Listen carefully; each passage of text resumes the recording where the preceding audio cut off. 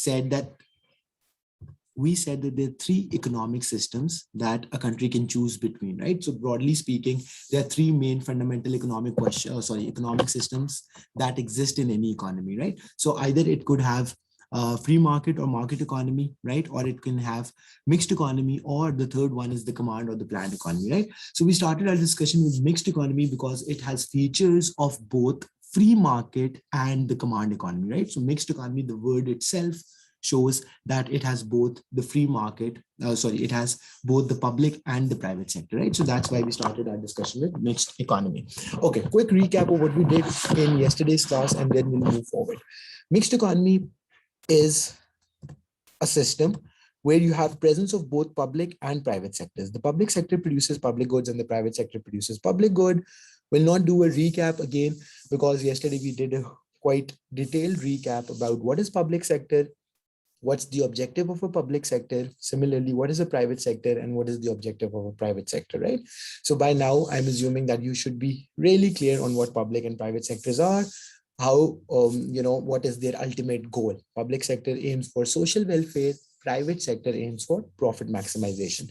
Then we said, what's the distinction between public and private goods? So public goods are non-excludable. You can't stop anyone from using it. And public goods are non-rivalry, which means that even if more people are using the product, the benefit doesn't diminish, the benefit doesn't decrease, right? But obviously, if there's any question, any confusion, I'll obviously ask you to share it with me. We can. Zuhan, so topical MCQs can really help. And in this regard, if you know of any website where we can find topical MCQs, because all of our classes are online.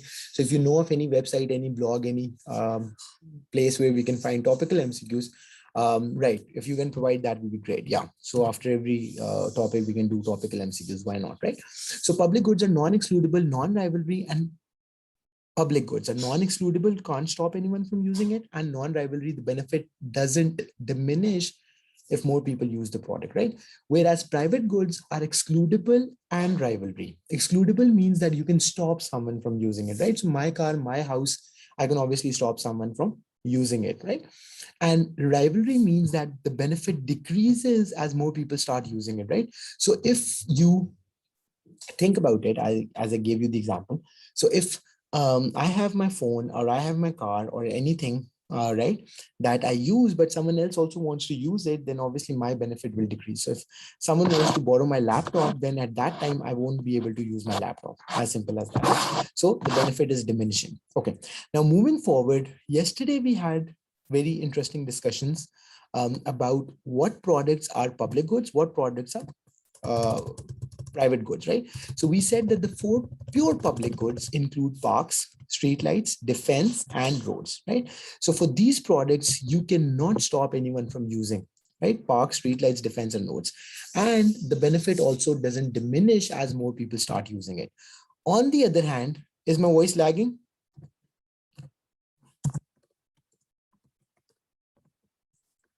Friends, is my voice lagging?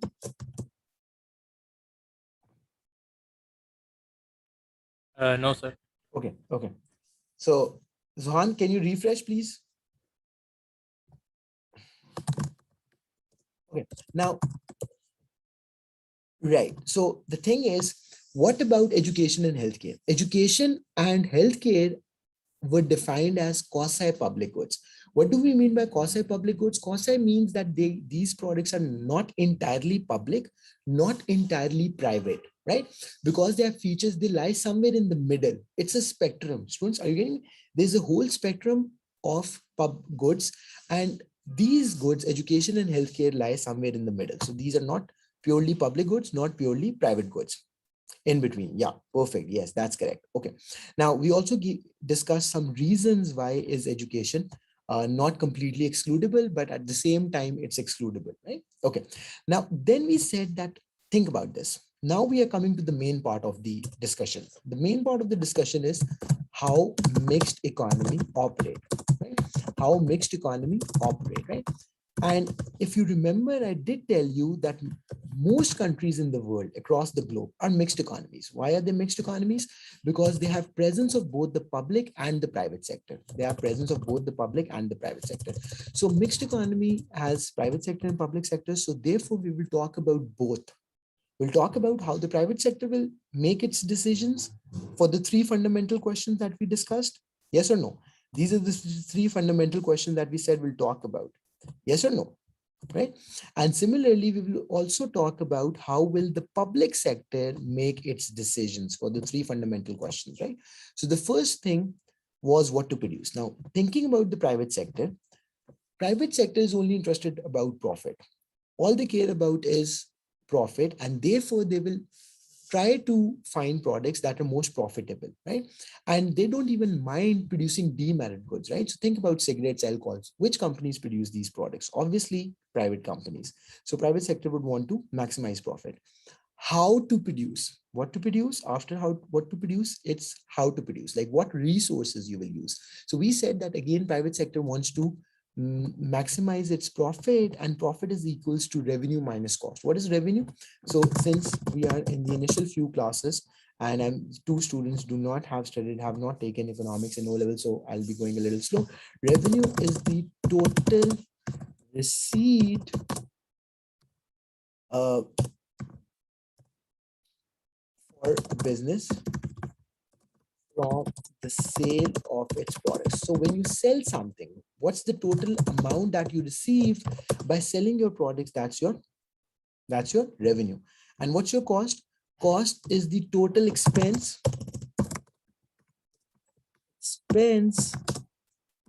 incurred in producing the products, right? So when you're producing something, obviously you hire labor, you have to pay wages, you hire some, you rent out some premises, you have to pay rent, you have to buy raw material, you have to pay for the raw material expense. That is the total cost. So when you subtract cost from revenue, that is your profit. Yes or no?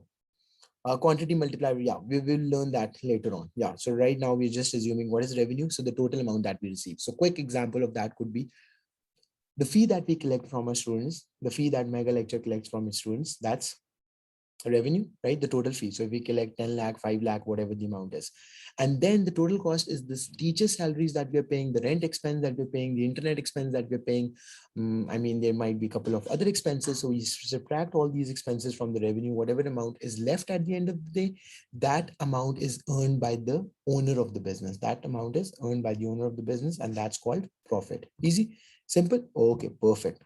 Now, how to produce? So as I was telling you, if the cost is minimized, if the cost is lower, then don't you think the profit will be higher? And the answer is yes, right? So private sector wants to use resources that are relatively cheaper. And the example of this I gave you yesterday was, think about it. Labor in countries where there's more labor, right? Which are populated, China, Pakistan, India, Bangladesh. I don't know about Bangladesh, not sure, but Indonesia. So in these countries where there's higher population, labor is cheaper. Why? Because there are more people willing to work. There's more supply of labor. We'll talk about all of these things later on. So new students don't need to worry about it. But where labor is cheaper, you will see that more labor intensive, right? There will be more labor intensive techniques. And where capital is cheaper, like developed countries, USA, Europe, Canada, UK, you will see more machinery being used. Easy? Any confusion so far? Khizr, Khatija, right? Right. Still quite a lot, because China, I mean, just imagine the amount of people that they are. I mean, uh, the most populated, right, country in the world. So yeah, got it. And for whom to produce? For whom to produce, the answer is whoever can pay for it. So private sector doesn't care. I was giving you this example today. I walk into a shop, a showroom of Mercedes, and I say that all the cars that are in your showroom right now, I want to buy all of those. They will not even ask me once why I need all the cars. All they will ask me that, can I make the payment? That's all they are concerned about, right? So they don't really care who's buying and how much, right? They don't care. Very good. Excellent. So they don't care who is buying how much. All they care about is whether they are getting the amount, right? The price that they have set for that product. As simple as that, right? Easy. Good enough. Fair enough. Okay. Then yesterday we also So we'll come to it in a bit. Forget about merit and demerit goods, right? Then in the mixed economy, we know you also have, what do you have? In mixed economy, you also have public sector. So in the public sector, what happens basically, let's put it over here. So in public sector, it's the government that's making the decision. So government, right? Government will decide on the basis of need. So government is not about profit maximization. They'll, on the other hand, they'll decide on the basis of welfare, social welfare, right? So if something is providing them more welfare, right? Like, sorry, if not to them, if there's something that is socially beneficial, so that is the product that the government will produce. Now think about this, vaccination, right? External cost is higher. Yes, that's higher. Yeah, that's correct. So vaccination was such an important product, COVID vaccination, because it was a pandemic, people were like dying. So government made sure whether the country was producing that vaccination in its own country or were they importing it from some other country, but they made sure that it is available to everyone free of cost because it was the need of the hour. Am I making sense, right? But other products that are not, socially that much beneficial, the government doesn't produce those, right? So government is mainly producing the public goods, right? Defense, street lights, roads, parks, and merit goods. So we also see government producing what? Every country in the world has public healthcare and public education, because even though these are not pure public goods, but the reason is that these are merit goods. People should use of those products for their social welfare, right? For their welfare. And private sector will only provide education and healthcare for those who can afford. So who needs to fill the vacuum? The government, obviously, right? Getting my point, students? How to produce. Now, in this case, again, the way government thinks about is different compared to private sector. So government is not a profit-making entity, right? So government as opposed to private sector will want to hire as many people as much it can, right? Yes or no? So here we'll see it will be more labor intensive, right? So they will try to employ as many people as much they can, right? Okay. So that's another thing. And for the last question, for whom to produce? So the distribution of goods by the government is not on the basis of affordability like the private sector. Here, the distribution of goods is on the basis of need, right? Are you getting me? It's on the basis of need.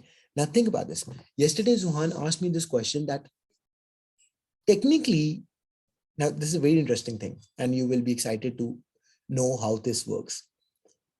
Technically, anyone can go to public schools, right? Anyone in the country, right? And anyone in the country can go to public hospitals.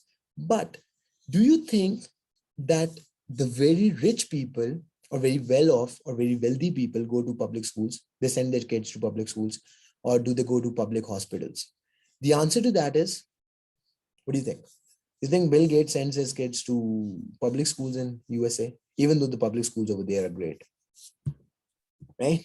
The answer is no. Yeah, great, right? So they are sending them to private schools. They are sending their kids to, they are availing private healthcare.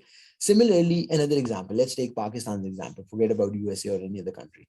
In Pakistan, the public transport, and that's true for more or less, that will be true for every country of the world, right?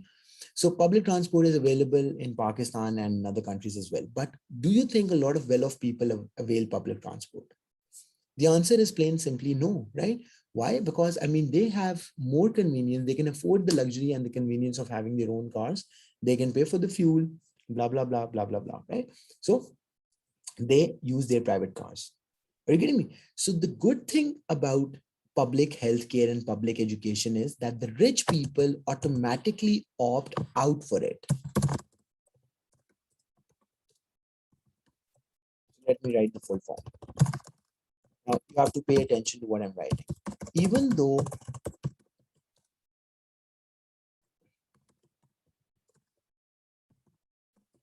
public healthcare is available to all citizens of the country, but the rich individuals out for it since they can afford quality services through private sector, and therefore it less pressure government resources. Are you getting me? So that's something that is very important, which you should know, right? So even though these products are available for everyone, but what happens that the rich people opt out for it, and therefore, sorry about that, right? And therefore, mhm, right, and therefore only the deserving people avail that. Uh, right, exactly. Right. Yeah. These products. Yeah. The public transport, Zohan, according to the people, according to the rich people, the public transport is an inferior good because they can afford a better product. So for them, public transport is an inferior good. Okay. Students, is everyone clear on this? So what is mixed economy? Public and private sectors both coexist simultaneously. Private sector is maximizing profit and only sell to people who can afford it. Public sector, on the other hand, is producing the things that are needed by the citizens, and they provide goods on the basis of need to the people rather than on the basis of affordability. Easy, we got on this. Okay, but moving forward, there's another important role. Apart from this, there's another important role that public sector is playing in mixed economy. Do you guys know what that is? Right? So apart from producing public and merit goods in a mixed economy,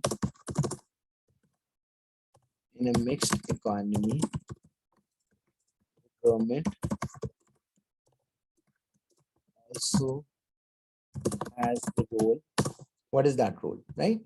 To, I mean, yeah, tax collection would be there, Zohan, always. Tax collection is always there because think about this. All the public goods that the government provides, I did say that, right? So all the public goods that the government is providing is coming out of our tax money. So that's obviously, in a way, we are paying for it, right? Yes or no? So the tax money that the government generates from its citizens, that is used to pay for all the things that the government is producing. But in addition to this, right, making laws, right? Making regulation. Now, what do I mean by regulation? So we'll, get some idea about this, right? And then we'll keep discussing this as we move forward. Okay. So regulations are basically,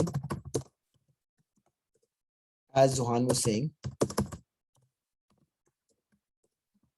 control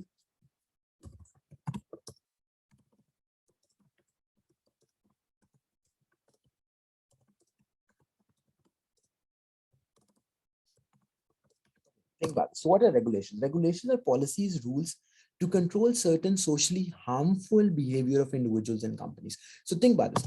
If in mixed economy, the government sees that the private sector or any private firm is polluting the environment, would the government not do anything? No, the government will step in. The government will make rules like you cannot, regulations like pollution laws, and like, imposing penalties in the form of taxes and all that stuff, right? To discourage people to use that. Similarly, we see that a lot of rules exist, that, underage sale is prohibited, underage sale of alcohol, underage sale of cigarettes, tobacco is prohibited, right? In every country. Why? Because obviously the government knows that kids are too young to understand that it's a harmful product, and therefore you can't let them do that, right? So some decisions the government is making on behalf of the individuals, knowing that it's a harmful product or it's a harmful thing to do, right? Similarly, all the traffic rules that we see, why is there a speed limit, right? Why can't I drive on 170 kilometers per hour, right? Because that's not something very safe, right? So these are all the rules and regulations that the government makes. So it's not that the government is only producing the public goods and the merit goods. In mixed economy, government has an additional role of ensuring a peaceful society, in the sense by making rules and regulations. Similarly, another example of that I can give you, if a government observes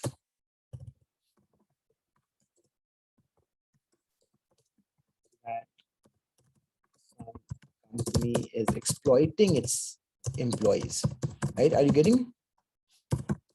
then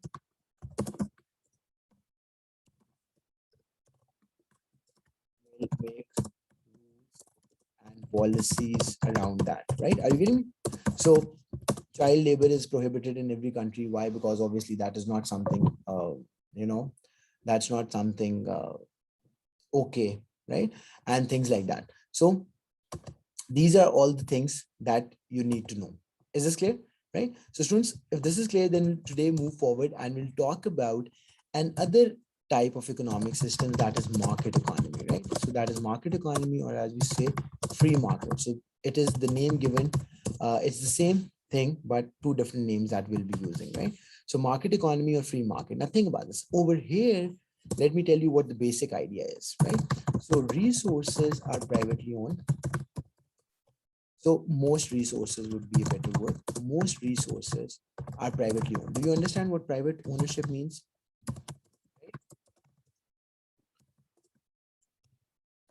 It is the private sector that is producing products in the country, except for public goods that is used by the government. Okay, think about this. Now, market economy is very different compared to mixed economy. Now, think about this. So, mixed economy was where the resources,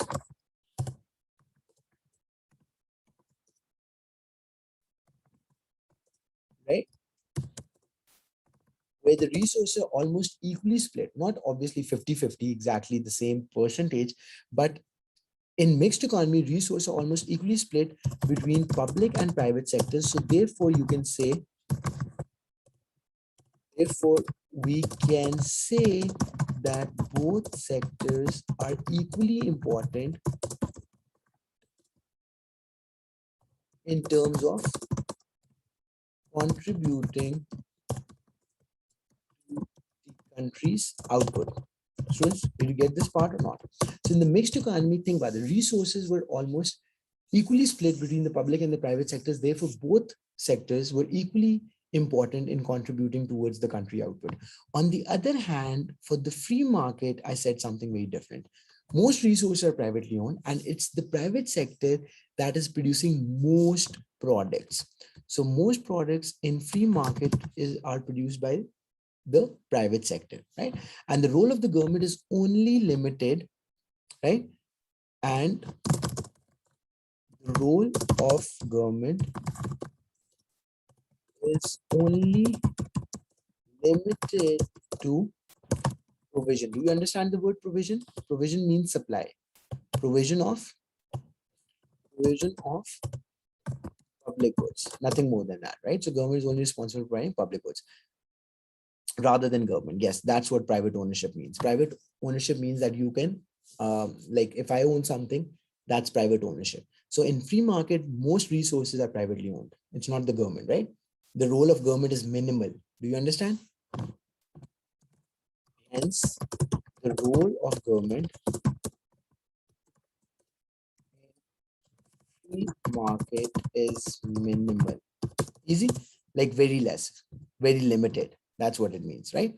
Uh, right. Defense is always owned by the government. Very good question, right? So even in this case, we did say that the provision of public goods is still, right? Right. So the provision of public goods is still done by the government. And this is a very interesting discussion, right? So if we have come to it, let's talk about it. One thing that you should remember, that private sector will never produce public good. Let's spend 1 or 2 minutes to quickly discuss this and then move forward. Private sector never produces public goods.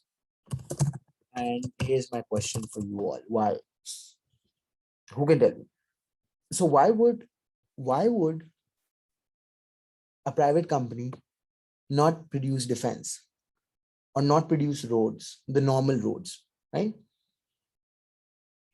Or street lights? There has to be an explanation for that. Right. So it's not profitable. Very good, Khizr and Zohan. Excellent, right? Now think about this. Let me give you a simple example and then move forward. Think about this. So if let's say Pakistan army services are provided by a private company in Pakistan, right? Okay, fine, fair enough, good enough, right? Now, how will that company determine how much benefit is each household earning? Sorry, how much benefit is each household getting? And because think about this, why is it important to determine the benefit that each one is getting? Because you have to charge them accordingly.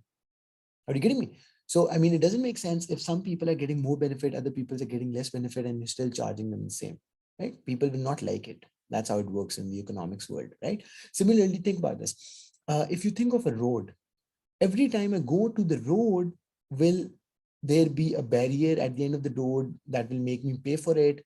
I mean, it's the idea is so absurd, right? Are you getting me? So it's not possible for a private company to charge for public goods which are not excludable, right?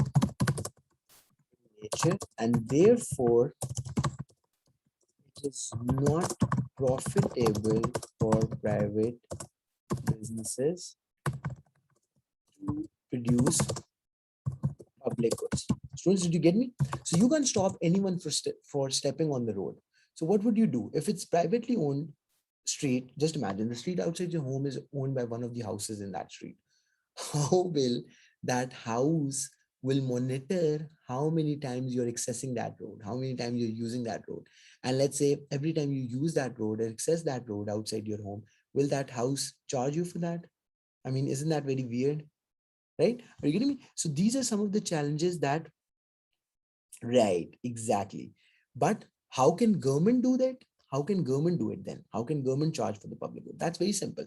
Government has the legal government in every country, the state, as we say, has the legal authority to charge us taxes, right?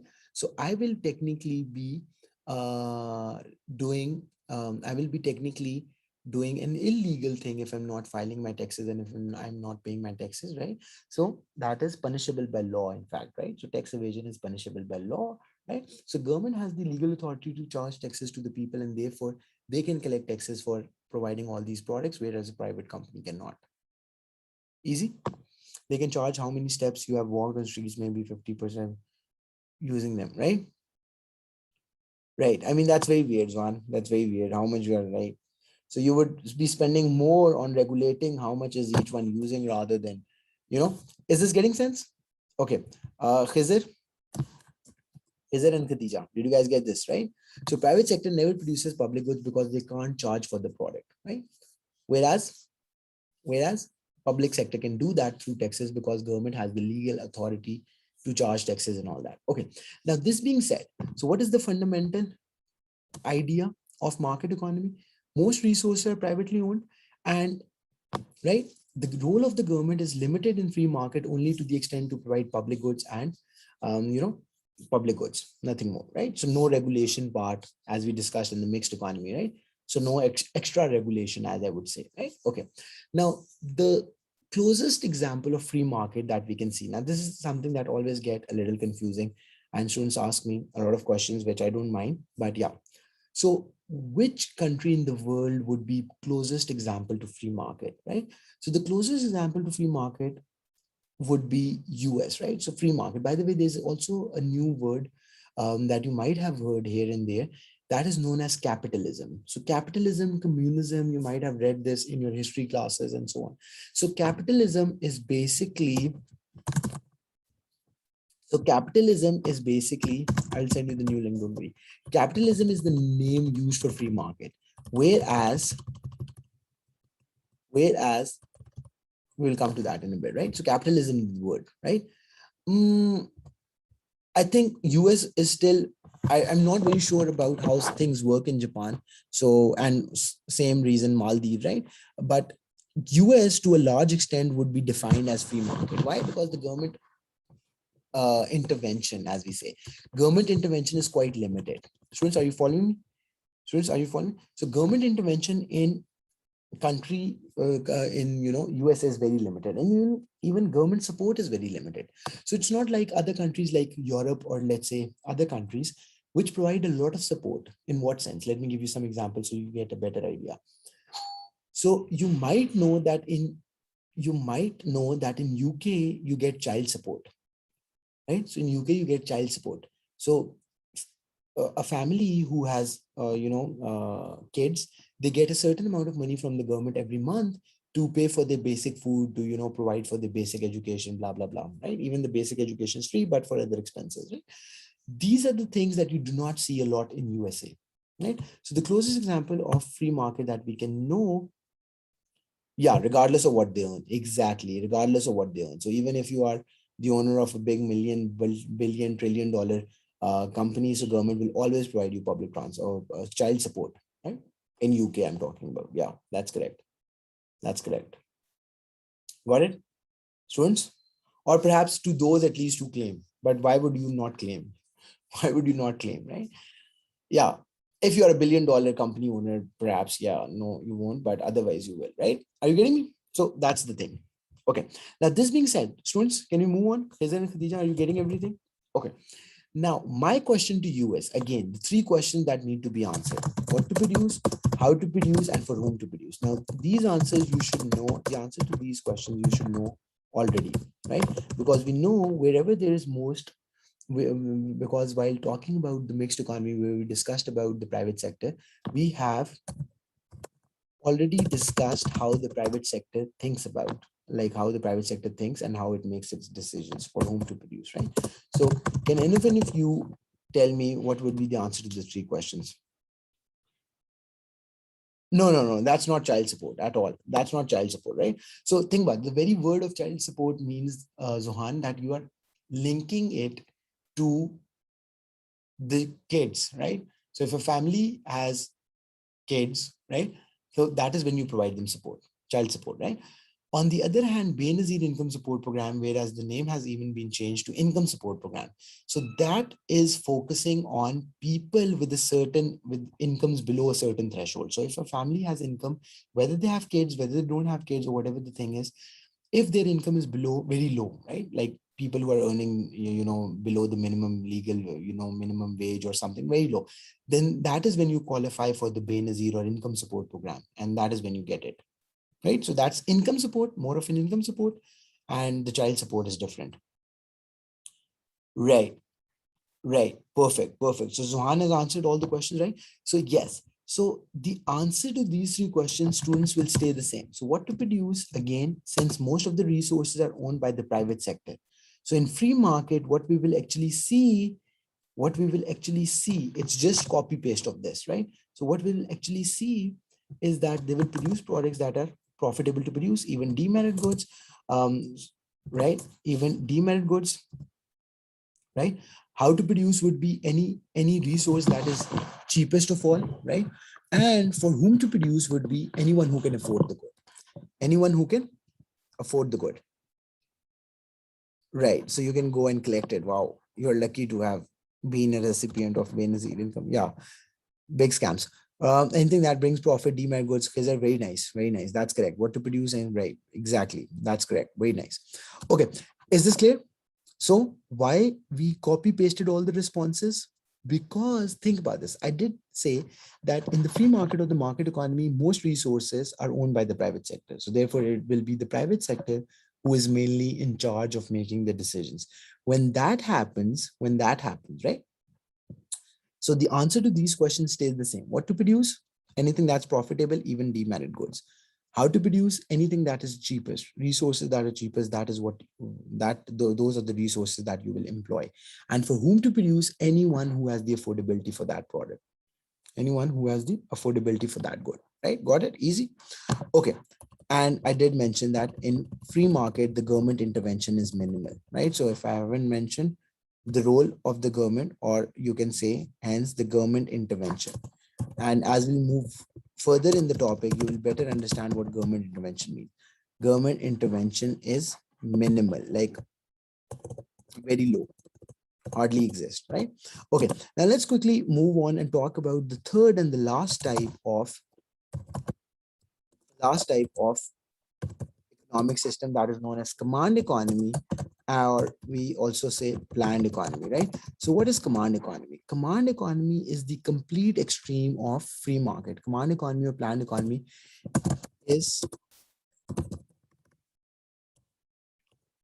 complete opposite of free market. What does that mean? It means that most resources in the country will be owned by whom? Will be owned by the government, will be government owned, will be government owned, and therefore the government decides what to produce, how to produce, and for whom to produce. For whom to produce, right? Is it making sense, students? So think about this. When most resources is fully owned by the government, no private sector. Exactly, right? So very extreme versions of command economy would be what Zohan said, right? That it will be completely owned. The resources in the country will be completely owned by the government, and therefore the government is the one deciding what to produce, how to produce, and for whom to produce, right? Is this simple? Okay, now the idea is that we do know how government behaves. That's why we did mixed economy first of all, because to understand how government thinks and how government makes its decisions, right? So in this case, what to produce, the answer to that would be things that are needed by the society, things that are important for the citizens, right? As I was giving the example of providing vaccination for all the people, right? Similarly, education and healthcare are merit goods, and these are very basic fundamental human rights. Even every country's constitution ensure basic provision of education and healthcare for everyone, right? Even the constitution of Pakistan, every country's constitution ensures basic level of education and healthcare for everyone, regardless of your parents' income and everything, right? So it's important for the government to provide these two things, education and healthcare, right?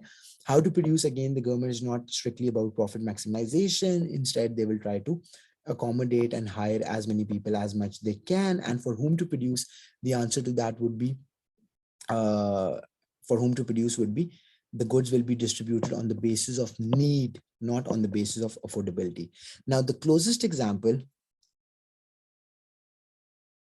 will be considered in private sector. Yes, obviously, these shops that you see here and there, yeah, these are private sector. Yeah, right. Now, the question I was saying that which country is the closest example of command economy? So have you heard in the news about North Korea, right? North Korea, right, where there's more, a lot of government intervention. The government is very powerful. Government tells people what to do. Even people are not even allowed to leave the country. And I mean, it was not that worse in China. It has never been that worse in China. But few years back, even China was very regulated by the government. Resources, yeah, resources were owned by the government. Government used to give some provide basic basic quality of things, basic standardized products to all of its citizens, like education, healthcare, and even more than that, not about only education and healthcare, but even things like clothing, houses, and so on, right? Right, exactly. So obviously, North Korea is a very extreme case where the government is even making you serve in the army and you can't leave the country. No one can come inside for tourism or stuff like that, right? So that's very crazy. But otherwise, so command economy is not that, they are not obviously about uh, mentioning or regulating every little bit aspect of your life, right? But still, command economy is about government having complete control over the resources, and government is